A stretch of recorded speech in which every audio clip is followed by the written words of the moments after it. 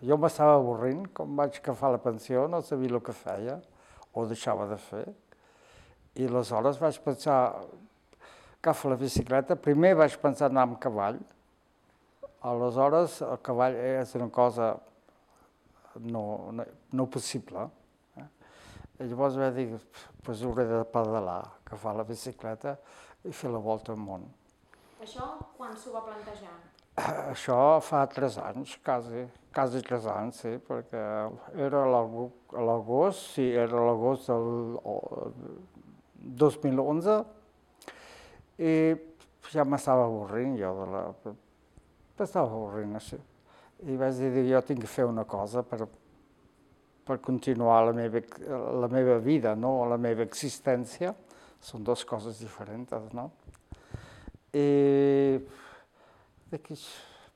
ara agafo la bicicleta i faig la volta al món i vaig venir primer cap aquí, d'Alemanya, de la Selva Negra.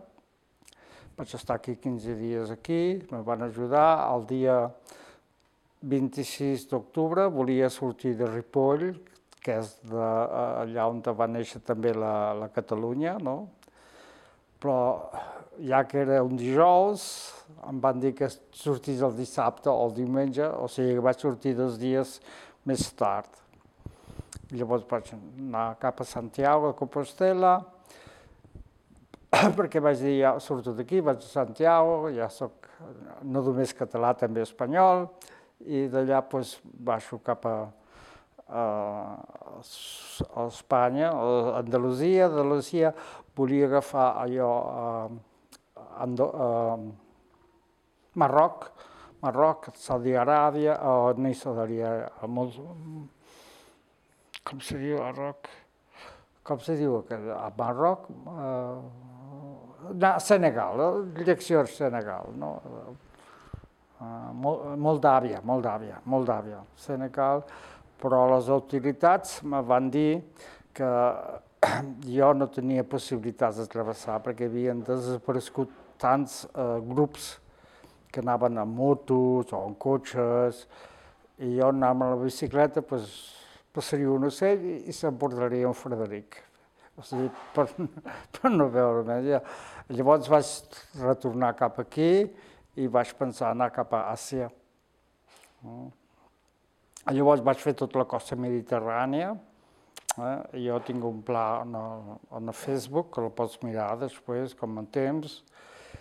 I